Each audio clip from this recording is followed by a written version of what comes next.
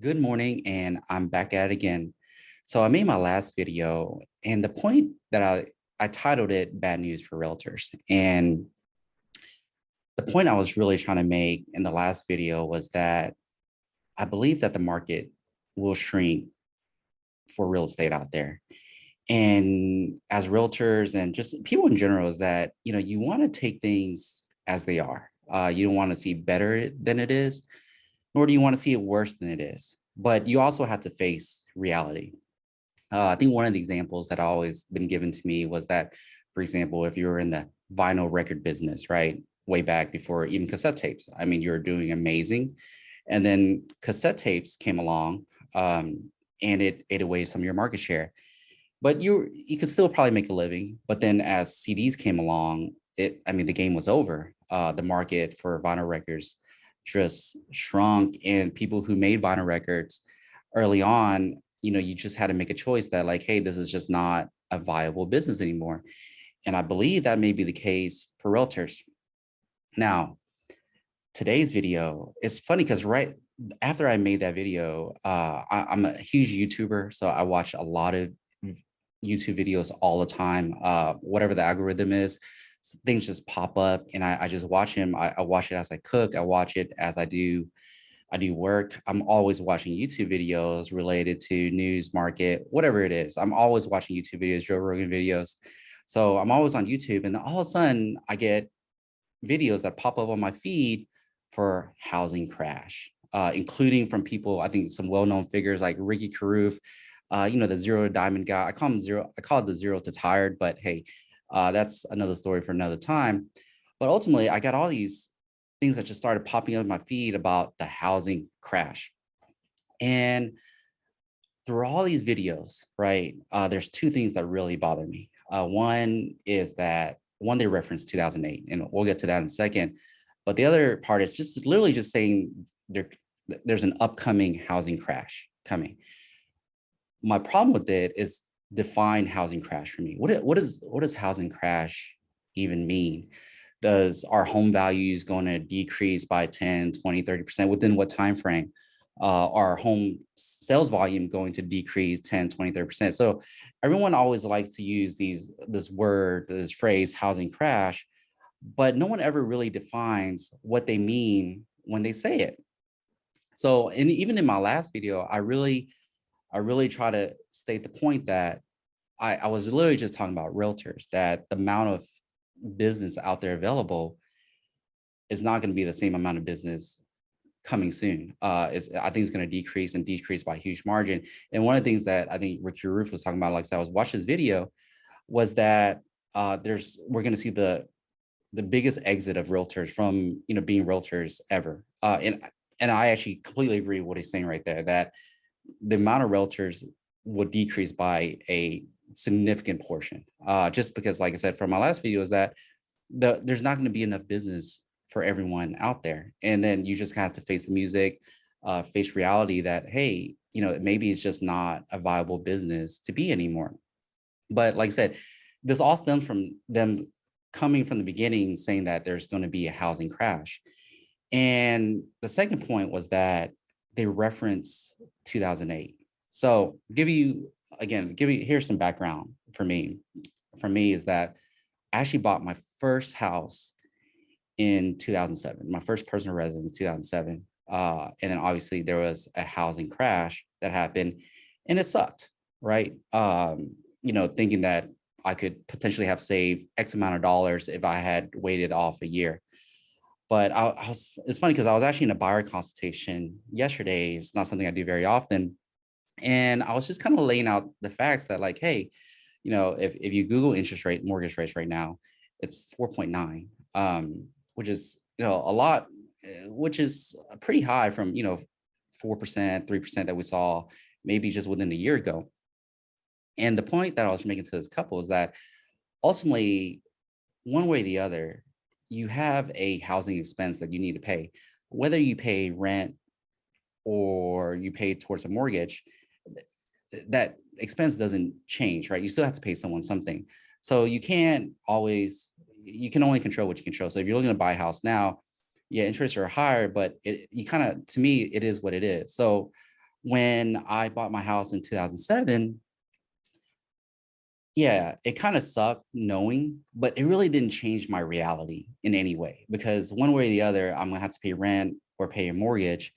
And ultimately I paid for a mortgage. And, after a period of, you know, 15 years at this point, or 14 years, it's been okay. Like it didn't really kill me that I paid much more than I guess my neighbor did that paid 40,000 less. It didn't feel good, but again, it didn't change my reality in any way, because I was going to pay someone something. So now going back, so what really annoys me or frustrates me is that people use 2008 as a point of reference. Now, I was an auditor. Like I said, my prior life worked at the time in 2008, I was at Ernst & Young. And what frustrates me that we're using 2008 as a point of reference for a housing crash is that it didn't really start with a housing crash. There was other circumstances that created a domino effect that created a housing crash. So it was really, if you were to define it a little bit better, it was a financial crisis that ultimately led to a housing crisis or housing crash, whichever way you want to call it.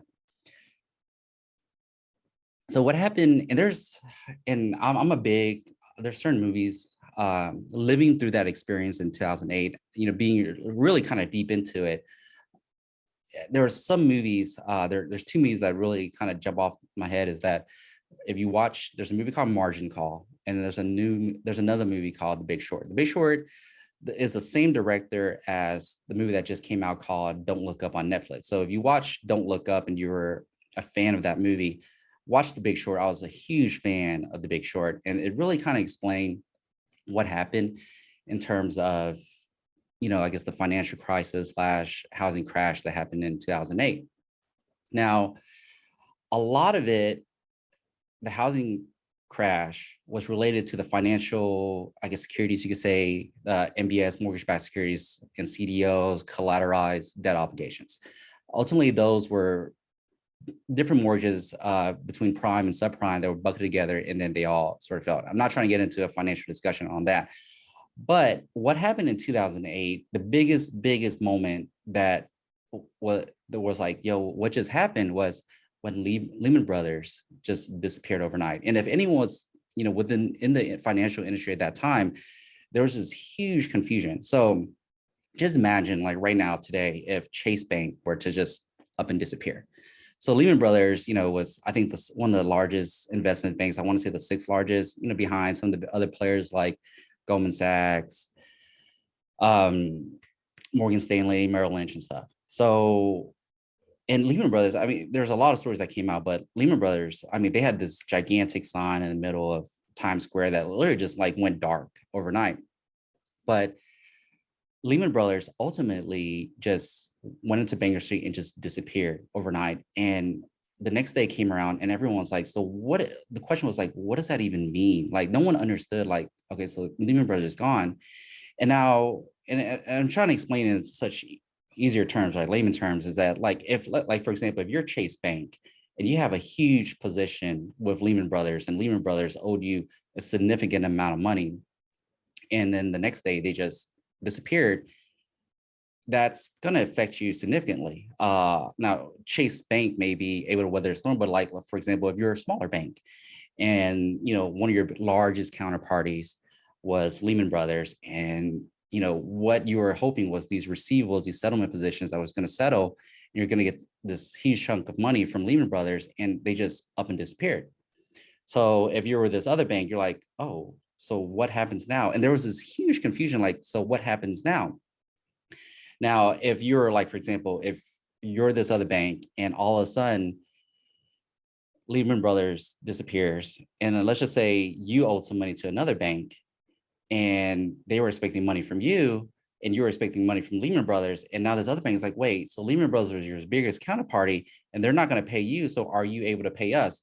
So ultimately what happened was that there was a huge domino effect. It froze the market. Nothing was being done. People were just trying to figure out like what happened. And when that happened, like I said, no new loans were made. Everyone was trying to figure out what happened. And then there was this big effort to be like, oh, wait, we need to evaluate all our counterparties and see, are we actually even going to be able to make it through the next day? Because if the next person fails or the next bank fails and we don't have enough money, then we could fail and then just create this huge domino effect. I think it really, so after that happened, I think the TARP came out. There was that bill where they infused banks with money. And then one of the biggest, I think some people were really confused was when I think the government, again, this is back in 2009, AIG was, I guess you could say, bailed out by the government because they were running into a credit slash liquidity crunch. Also, that was kind of the biggest name, and people didn't understand, like, wait, AIG is like just an insurance company, the largest insurance company in the country, and there's going to be a lot of ramifications if they were to just up and disappear overnight. So they were, I think, after that was kind of the next biggest save. But ultimately, that led to the housing crash because no new loans were made. There's a lot of subprime loans in the market where a lot of people started defaulting. The overall economy failed, and then people couldn't make their loans. There was a lot of foreclosures. So that actually led to the housing crash of 2008. Housing itself, like, I never thought of housing as leading the way, for example. So I'm going to speak from a Houston standpoint, right? People don't just automatically come to Houston because of housing. People, Houston does really well when oil and gas does really well. So the overall economy of Houston helps the housing market in Houston be better, like, period. So housing doesn't lead the way. It's a byproduct of the overall economy. So now, with that said, though, I think everyone there's an understanding that there's just a lot going on. I mean, there's a world war, which some people are calling as World War III right now, which could lead to a housing crash, maybe. But based on things where they are now, I mean, those are all speculating. But based on, I guess, what's going on in the market, in the housing market, I don't see a housing market. So I don't want to conflate the shrinkage of amount of volume or business related to realtors to being a housing crash. Like I said, define housing crash for me. Is it a decrease in value, in housing, or decrease in volume? No one ever actually defines what housing crash is. So that's kind of what I really want to say. Was that I was watching all these videos and everyone's like using the term housing crash without really defining it. And I just found it really, really frustrating. And I just want to really state out there, like in my last video, I was really talking about in relation to realtors and basically the decline of business out there within real estate. So I was also saying that my biggest point that I'm trying to make is that as I was watching these videos, we had all these people, experts, you could say, so self-proclaimed experts, saying that there's predicting some kind of housing crash. One, they don't define what a housing crash is, right? You define what that means, like in exact terms, what you think that it would be. And two is that, if you're using 2008 as a reference point for a potential housing crash now, I don't think it's going to be similar in any way. I just don't, because there was a lot of different circumstances that happened in 2008 that just caused, the housing issue back in that time. So my point is that, if you're watching these videos, I wouldn't, as an investor or someone buying a house, I wouldn't put too much thought into that in terms of what those people are saying. But if you're a realtor, based on my last video, is that, you really got to see how things as they are, which means that I believe that there's going to be a significant decrease in sales volume. Now, I'm going to hold my feet to the fire also, is that I couldn't tell you what that is, right? So, and the reason why I can't, is because it really depends. It depends on one big giant factor, which I said in my last video, is that interest rates are going up. The last time I checked today, it was at 4.9%. And, it's kind of doing this up and down thing. And like I said, I had a buyer's appointment, and my biggest point to them is that ultimately at the end of the day, you have to do what you do, and you can only control what you control. Still going to have to make payments to someone. So I wouldn't discourage buyers. I wouldn't give false hope to buyers that, potentially interest rates could go down. I think if anything we've learned is that, history may or may not repeat itself. It's not a good determination of what's going to happen next. because new things are always happening. You know, governments kind of doing weird things with their monetary policy that we've never seen before, which affects everything else. So, you know, as a realtor, I think you really have to evaluate, you have to be better at what you're doing. Now, if you're a buyer, or you're a seller, um, to me, I think you got to do what you got to do at the end of the day. You can't let factors that you're not able to control affect your decision. So the other thing that I was watching in these videos was what I thought was just really funny. And I think Ricky, he was mentioning that, like, hey, once the market hits bottom, you start, I think, going to your investors or something. And I was like, wow, that's really amazing for someone to say. If I knew when the market peaked and when the market bottoms, I'd be rich. And that would go for a lot of people. Generally, you don't know what the bottom is.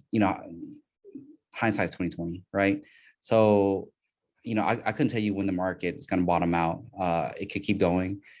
And the truth is, no one knows. If everyone knew in any market, in any type of market, if you knew when the peak was or when the bottom was, we all be rich. It's just not possible to know. So, kind of trying to time the market, I don't think that's even a plausible thing to even say, or even, for someone to even consider saying.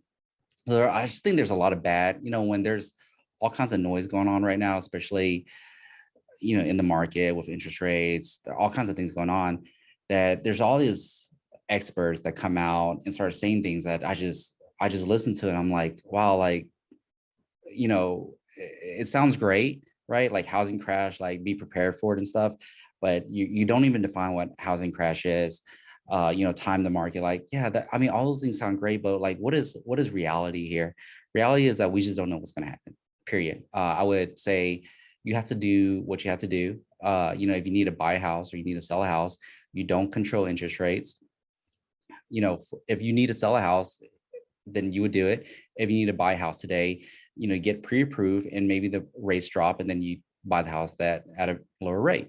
You just have to go on as business. I mean, I'd be, not, I'll be saving up money, for example, like for myself, like if I was an investor, that like, hey, when there's a lot of volatility in the market, you just kind of want to wait on the sidelines to see for a little bit. But when you buy, if we're talking about buying for a personal house, to occupy, you ultimately have to just go on life. And like I said, I bought a house in 2007, didn't feel great, but it really didn't change my reality in any way. Just listening to some of these so-called experts, self-proclaimed experts, there's a lot of, I feel like there's a little bit of fear mongering. But if I were, if I were a gambler, I would bet that there's going to be a shrinkage in the overall volume of the market in terms of sales. So as a realtor, and just knowing that, there's probably more realtors now than there's ever been in history. I do definitely agree with the fact that there's going to be a significant amount of realtors that will have to go find other things to do other than being a realtor. And you just have to face reality that the market, the amount of the market, the size of the market is not there anymore, and maybe won't come back unless interest rates significantly drop again, which may or may not occur.